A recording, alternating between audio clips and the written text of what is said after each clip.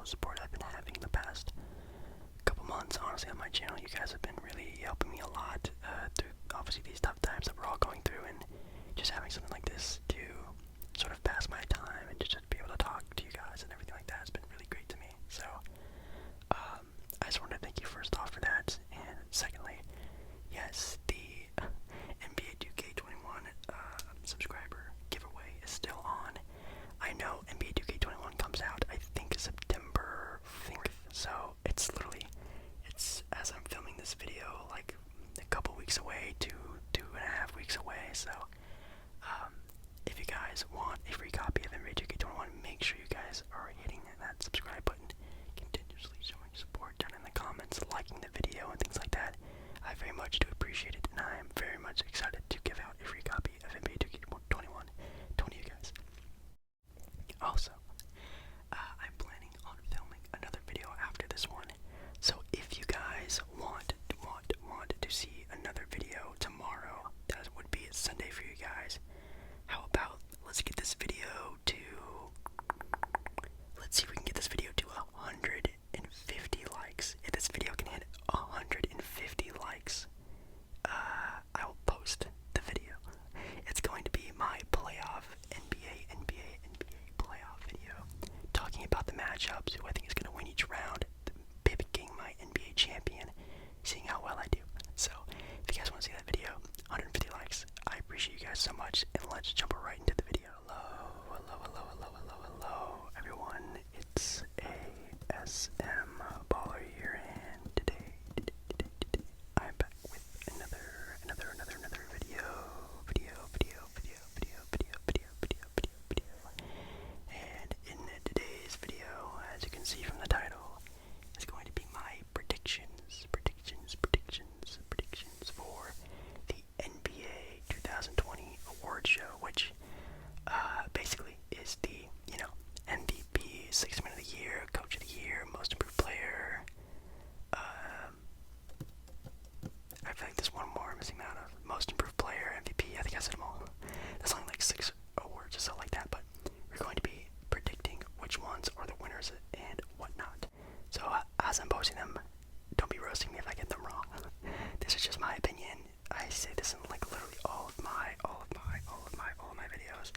My opinion, it doesn't matter. This is just what I think is going to happen, and I'm just very much excited to finally get on to the awards. So we have here the classic setup with my little pencils and pen and marker here to be writing up the little names and things like that. So okay, let's jump right into it, and let's do the NBA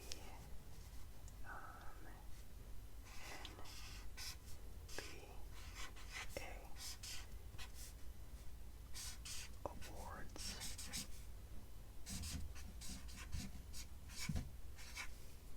Already, I'll do 2020. Not too bad. Okay, so we are doing the NBA awards for the year of 2020, and for the first award, let's see what we have here. I have them up on my phone right now. So, like I said, we have the MVP, Rookie of the Year. That's the one I forgot. Rookie of the Year, Defensive Player of the Year, 6th Man, Most Improved, and Coach of the Year. Now, I mentioned it earlier in this video. If you guys obviously show a lot of support in this video, I'll be posting tomorrow about my playoff predictions. We'll make a bracket, name off, matchups, things like that, to make sure you guys watch out for that. But I think for the first award, let's start off with a bang, and let's do the Most Improved Player. So I think the abbreviations for that is MIP, because Most Improved Player.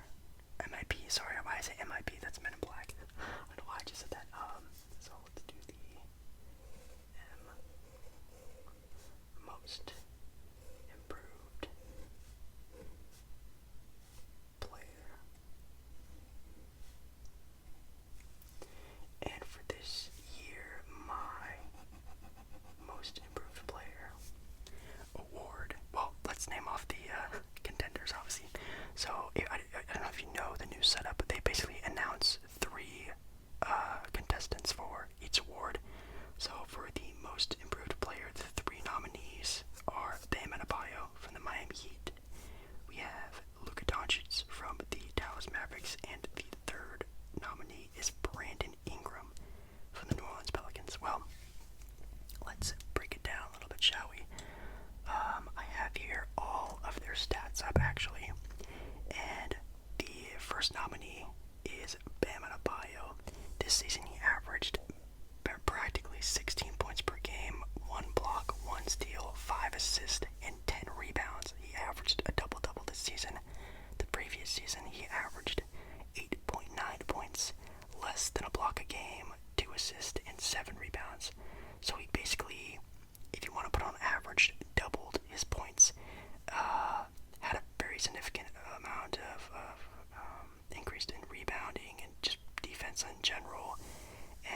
obviously he's been playing a lot more, playing from 23 minutes a game to 33 minutes a game.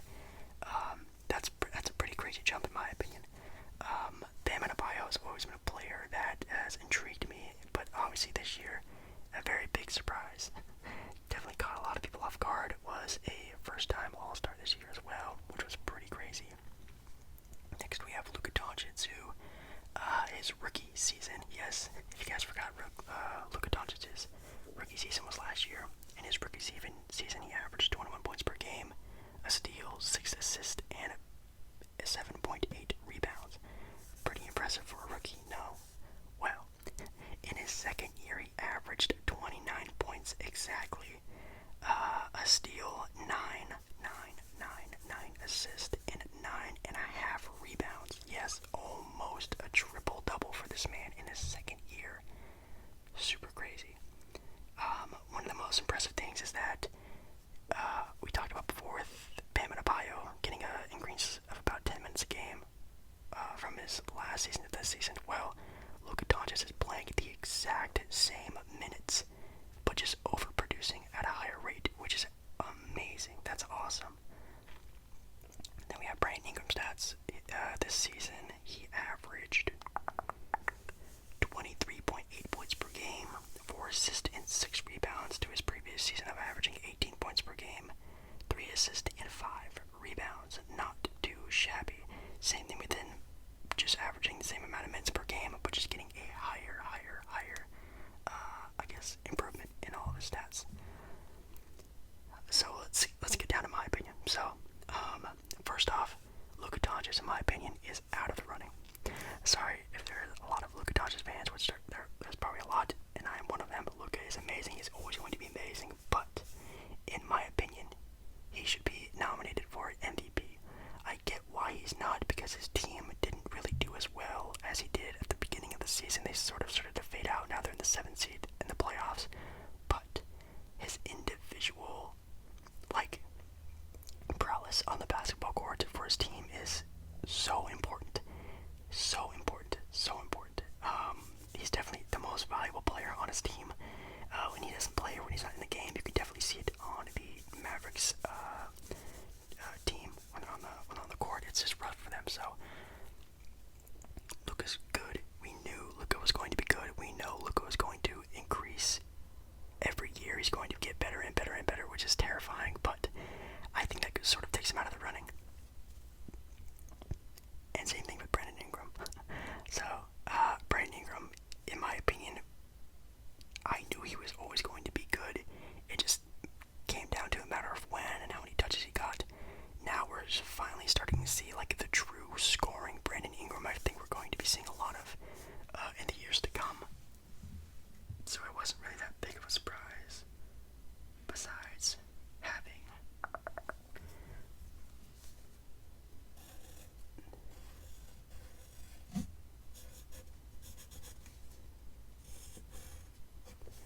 what is it? A-D-E, and then it's A-B-A-Y-O, Bam Adebayo, which in my opinion came out of left field. This man came from averaging about 8 points a game to almost 20, to crazy amount of rebounds, and his defense is crazy as well. I wish they had sort of his defensive ratings and things like that, but on the defensive end, he gets it really hard every time, and on the offensive end, just an increase in everything that you can think of. I think he's the perfect big man for today's small ball NBA. He's about 6'9", 6'10". The center position is perfect.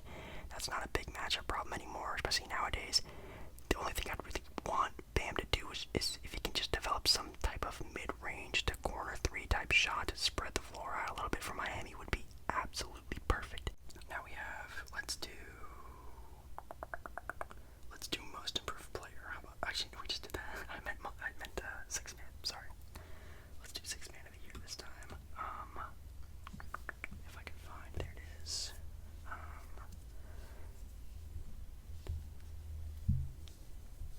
I'm just gonna put 6 man. Yeah.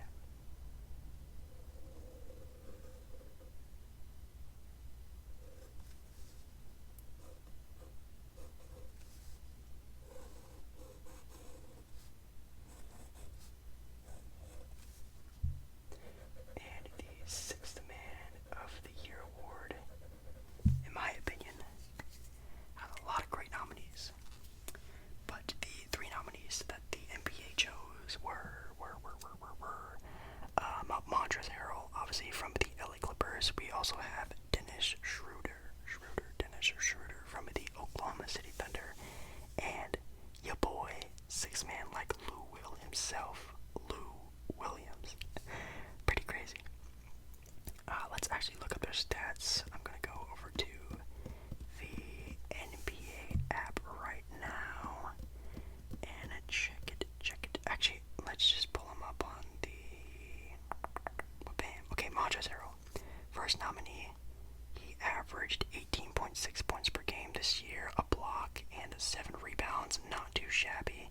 Not too shabby at all. We have Lou Will stats here. Man, Lou Will has been in the league since he was 19 back in 2005.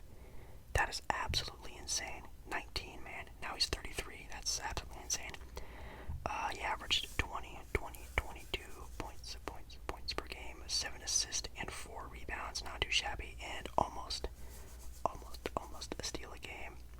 Then you got your boy Dennis Schroeder, averaging 18.9 points per game, 0.7 steals, so almost a steal a game, 4 assists, and 3 rebounds. Now, one stat I would really like to recommend looking at when looking at the Sixth Man of the Year award is the players per 36, which basically this sort of stat is just basically putting all of the numbers that you have right now with the minutes you're playing right now and putting them in per 36 minutes, which is around the average for a starter. And in Montrezl Harrell's stats, his per 36 is 24 points per game, 1.5 blocks, a steal, 2 assists, and 9.2 rebounds. So this man is averaging almost a double-double with his per 36. That is hard. That is nice. Now, Montrezl Harrell, in his usual minutes per game, averages about 27. So this is with an added 10 minutes per game. If he was, I guess, technically starting, which obviously he should be, but off the bench, he's just a different animal, you know what I mean? So, that's not bad at all. Lou Will stats for his per 36 are... Oh, actually, I read off Lou Will's per 36. So that was actually Lou Will's per 36. His actual stats for this year are 18 points and 5 assists. But his per 36, from what I said before, is 22 points and 7 assists. So his per 36 are pretty nice, not gonna lie, for Lou Will, who won it last year with a 6-man. He averaged 20 points per game last season, so off the bench, man, that's hard to do. And then Schroeder's per 36 is 22 points, almost a steal, 4 rebounds, and 5 assists. That's gnarly as well. So, if we're coming down to my opinion, I think that,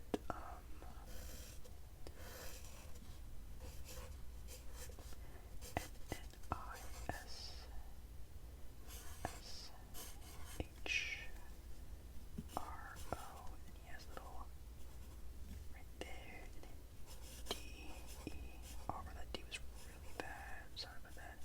Dennis Schroeder, I think it's Schroeder, is my pick for Sixth Man of the Year, and that's basically just because, I just think that his impact off the bench is just more, I guess, impactful than, I guess, a Montrezl Harrell or a Lou Will would be for their teams, just because of the success of the Thunder obviously being a team that was voted out of the NBA completely this year, but fought really hard this year. We had, really big strides of Chris Paul, Shai Gilgeous-Alexander, Steven Adams. That team plays really good together. They have a lot of good role players, and it's just crazy to see, how well they play together with, the head of the helm as Chris Paul being one of the smartest players in NBA history. Really shows that, and having Dennis Schroeder off the bench and having that starting caliber player is very important to them. And I feel like obviously this award can go to him or Montrezl Harrell. Those are my picks. But I feel like as in importance of a 6-man, I feel like the importance of Dennis Schroeder off the bench is just more important than Montrezl Harrell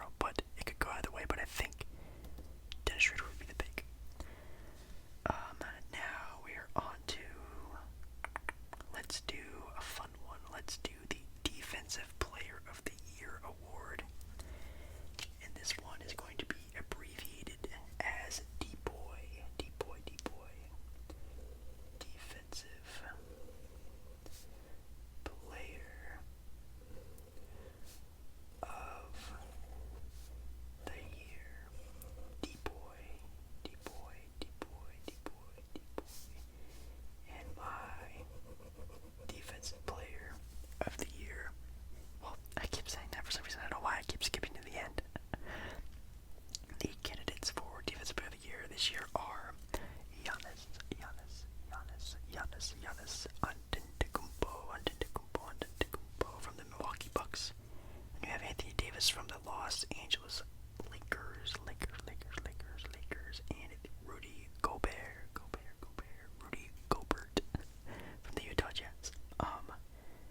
Wow, this is such a crazy race for the Defensive Player of the Year award, in my opinion. Very star-studded, in my opinion. I feel like in a lot of years, it's very, oh, this center, and this center. But I feel like this one has a very big group of players that play very differently. Let's first off just capture the ultimate phenom that is Giannis Antetokounmpo, averaging this season 30. Yes, he's averaging 29.5 points per game, 13.6 rebounds. I'll just say what the number is. 5.6 assists, a steal, and a block a game. Crazy numbers. Now, obviously, his stats aren't what really make him like at the Defensive Player of the Year award. Obviously, when you think of Defensive Player of the Year, you'd be like, oh, who averages the most blocks will probably get it. No, just Giannis's presence on the defensive end is so game-changing, in my opinion. His length at being nearly 7-footer, playing 1 through 5, a great ball handler, but can also flip it over on the defensive end and just guard 1 through 5. And when I mean that, I mean he will guard the best player. If it's a point guard or if it's a center, he will go after whoever it is. So that is really why I feel like he's really mostly on this list. Next we go to Anthony Davis. This season is averaging 26 points per game, 9 rebounds, 3 assists, 1.5 steals, and 2.3 blocks. So on the stat sheet, he's averaging more steals and more assists than Giannis, by a whole block basically. But I mean, obviously, playing the power forward slash center position, it would obviously make more sense that you'd be getting more of the blocks because he's down in the paint a lot more. So definitely makes a lot more sense that he's going to be averaging more than that because Giannis is going to be playing more of the perimeter game. So with that being said, he's definitely a defensive monster, obviously, and I'm very excited to see where this actually goes in real life. But then the other nominee was, Rudy Gobert, that's right. Rudy, let's see, there he is, right there, and right there. Rudy Gobert this season is averaging 15 points per game, 13.5 rebounds. That is absolutely insane. Averaging almost a steal. He's averaging 0.8 steals and 2 blocks. Wow. Rudy Gobert, we all know, he is just the stifle tower, man. He lives and breathes down in the paint no matter what. He'll never change, that's for sure. Defensively, obviously a crazy shot deflector. Like, no matter if Rudy Gobert is down in the paint, the shot is being alternated in some way. It's being changed because he's so long and lengthy and tall. He's 7'1". He's just incredibly smart on the defensive end. It's crazy. Man, in my opinion, I think who is going to win it, in my opinion, obviously either any one of these guys can win it, but I think realistically, the media will probably choose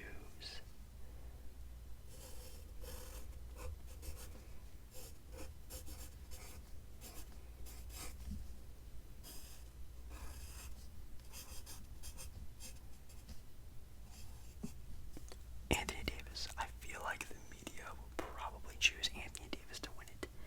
Anthony Davis, every time I hear anyone talk about the Defensive Player of the Year award, I always hear Anthony Davis' name pop up, especially when I'm on, ESPN or watching a game on, NBA TV, TNT. They always talk about how great Anthony Davis is on defense, and he is. In my opinion, I feel like he plays the game very two-way. He's great on offense, he's great on defense. He hustles a lot when he needs to. Can Giannis win it? Absolutely. Could Rudy Gobert win it? Absolutely. I think the record of the Lakers helps out Anthony Davis' case over Rudy Gobert. And obviously Giannis is in a much bigger award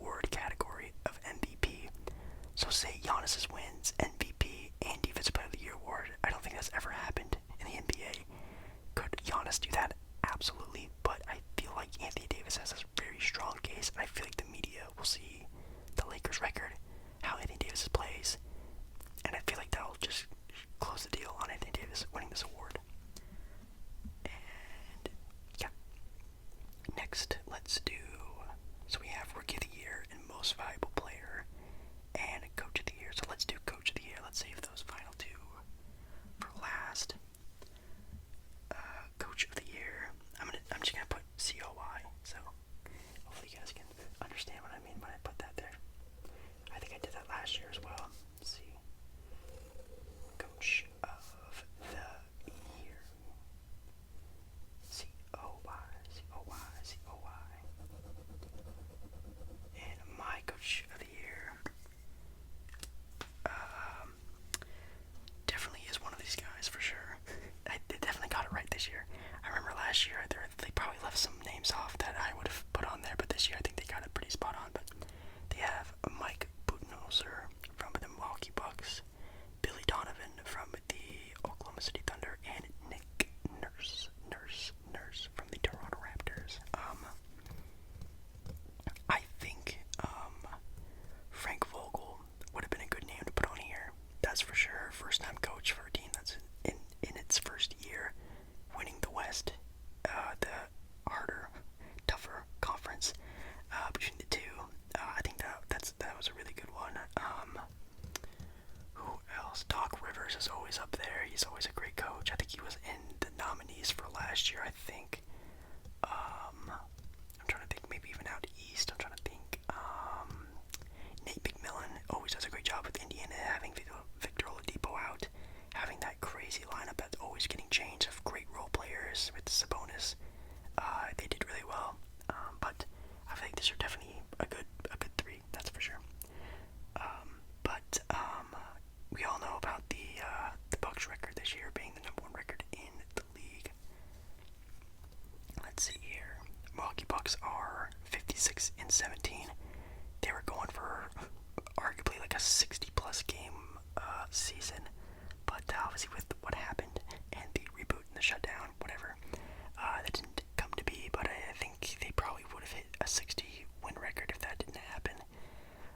The Raptors with Nick Nurse are a 52-win team, just losing Kawhi Leonard, getting rid of him. That's very tough to have another really good second seed in the East. I thought they were going to drop off a lot faster than this. I thought the Toronto Raptors would be good again. I didn't know it'd be this soon because I thought Siakam would need maybe a year or two to get readjusted into the role of being the star of the team. But as you can see, Siakam and obviously the core group of Toronto with Dwight Powell and Kyle Lowry and Marcus Gasol, Serge Ibaka, all those great players on their team. They're definitely like 10 men deep. Really rallied around them and stayed very true to themselves. And then you have the Oklahoma City Thunder, who actually have, if this was, the old NBA, they would have home court advantage right now, which is absolutely insane to think about. It kind of reminds me of like the Portland Trailblazers and how everyone would always count them out, but then they always, get a top 4 seed. This happened to them for the Thunder. And that's awesome. I was already, singing the praises of Chris Paul and Shea and all of them, so he doesn't need that spiel again, but I think Billy Donovan did a great job. Very surprising on how well he's done for that team. My only knock on that is that I feel like it should be tied in with Chris Paul. I feel like it's more of like a Billy Donovan plus Chris Paul type of award, because obviously Chris Paul, you can see, changed how that team played basketball from being like this is, year before Russell Westbrook, yada yada yada, like more like hero ball, to a very good team basketball being played, great plays, great coaching, great everything like that. So I feel like that was definitely shown a lot more with that team. Man, my heart wants to put a name down, but if I know the NBA, I know they will probably go.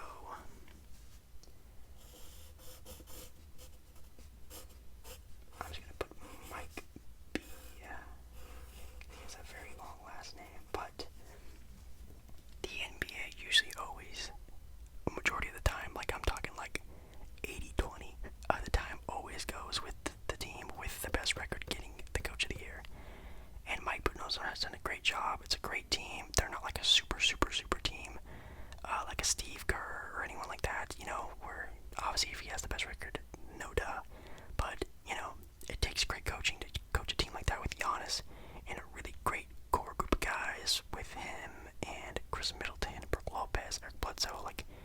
it's not a super team. It's just a really good team, and Mike Budenholzer, I feel like, is a great basketball mind that puts it all together and uses it very well to have a potential, 60-plus win team. So I feel like he wins Coach of the Year. My heart really wants me to put Billy Donovan. I hope it does come out to be Billy Donovan, because obviously the team was the biggest, surprise of the season, in my opinion. And Nick Nurse is obviously a great coach, but we've always known Nick Nurse as a great coach, so I think that's no need to be said. I think, didn't he win it last year? I'm trying to remember who won it last year, but I think he won it last year, so I think Mike wins it this year, but I hope Billy Donovan gets a shot at it. Let's go on to the second to last award with the Rookie of the Year award. ROY, ROY, ROY, ROY, ROY, ROY, ROY.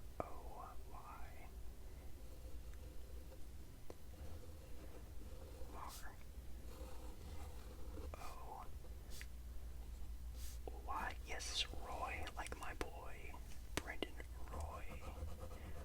In my opinion, this is probably a lot closer than people think it is. Because, man, do we know how the media acts nowadays. The nominees for this award are Ja Morant from the Memphis Grizzlies, Kendrick Nunn from the Miami Heat. Yes, we all have seen that picture of Kendrick Nunn wearing that shirt of him calling himself the Rookie of the Year. Pretty interesting. And then we have Zion Williamson from the New Orleans Pelicans. So if we check out the Memphis Grizzlies team here,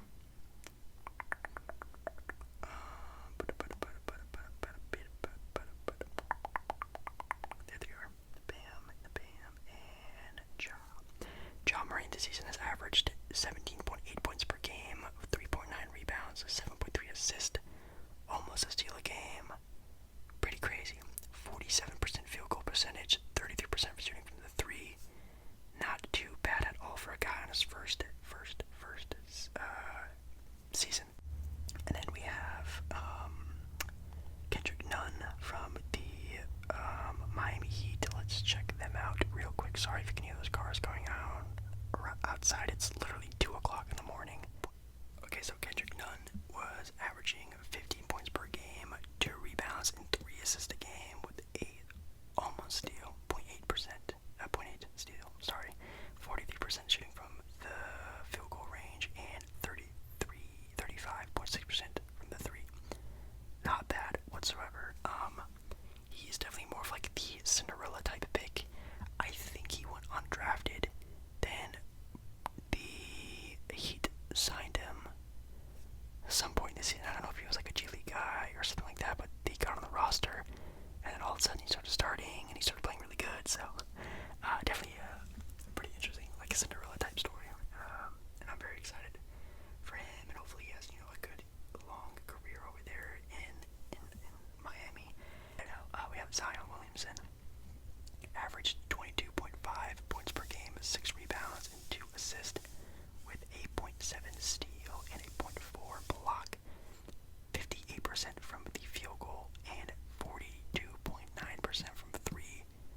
My God, in the bubble, in his last 3 games, he put up 25, 24, 23 with 7 rebounds in 2 of those games, and 1 game with 5 assists as well. That is crazy. When I watch Zion play, he plays very stiff, and it almost amazes me sometimes how he just, boom, all of a sudden he gets all this explosiveness and power and athleticism. It's crazy, because sometimes when I see this man run around the court, he looks like a pole. Basically, he runs very stiff, but sometimes, man, he goes off. He has a pretty nice, like a jump shot. Everything's there. I think, obviously, with conditioning and being NBA ready and playing 82 games in a season, I think he'll get more adjusted to his body and how it should be. But I think, and I hope, I at least hope that the media won't get this story mixed up, but I feel like you have to give it to the guy who played the most consistent over the span of the entirety of the season. If Zion played the rest of the season consistently, out being injured,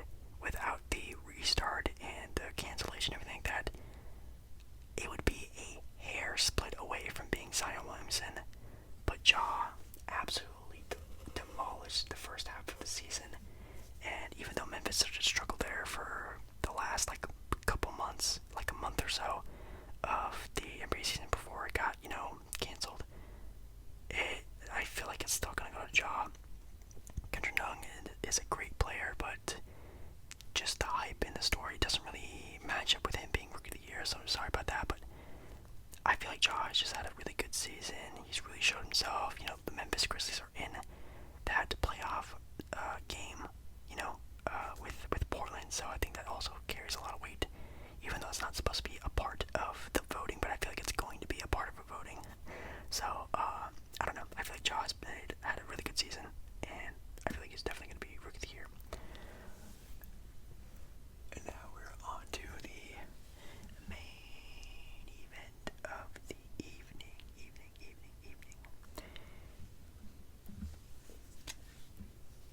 We are talking about the MVP.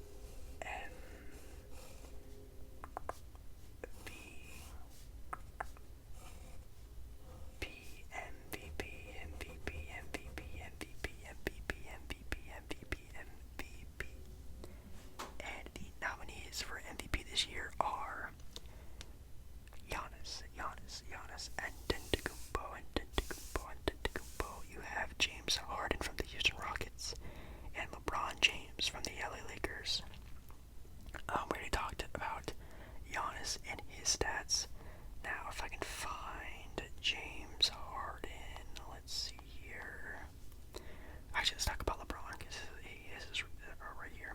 LeBron this season averaged 25 points per game, 7.8 rebounds, and 10.2 assists, 1.2 steals, and half a block a game, 50% from the field, 35% from three, 70% from the free throw line. My God, this man is ageless, and I hope that he has a great playoffs run this year. I pray for a great playoff run from LeBron. I feel like, he was headed in the right direction with his team before the NBA restart happened and teams having to, shut down and things like that. And I'm just very excited to watch LeBron James get, another chance at, doing something really great, having another great NBA playoffs. And, the last time he was in the playoffs was actually kind of a long time ago if you really think about it. But I think he's going to have another great playoff run. And, yeah, I'm really excited about that. And then James Harden averaging 34 points per game, 6 rebounds, and 7.5 assists. My God, definitely been on a tear this season. He's been on a tear for multiple seasons in a row. I don't know what, he's just on another level of scoring. His IQ for the offensive end is off the charts, and Mike D'Antoni puts him in the right places every time. Perfect coach-player sort of companionship they have. Same thing with him and Steve Nash, and what made Nash so amazing. He's just great. It's crazy. So, who do I think is going to win MVP? Like I said, James Harden, great player. Offensive end, amazing. Defensive end, better than what people think. But, in my opinion, MVP is also a team award. And it goes to the player on a very great team. Houston's really good, but they struggled a lot this season. So, maybe if Houston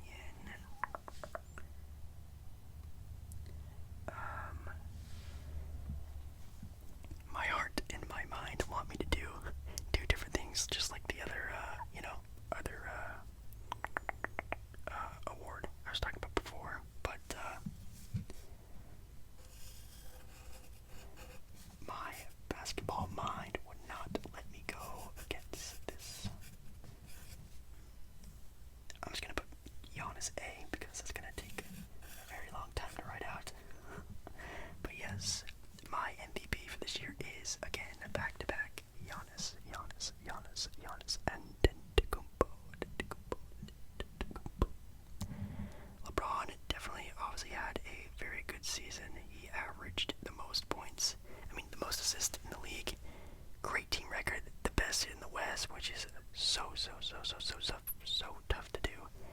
A lot of people said he couldn't even do it, and he did it. He proved all the haters wrong, and he did it, scoring in bunches. Great passer, just amazing year for LeBron.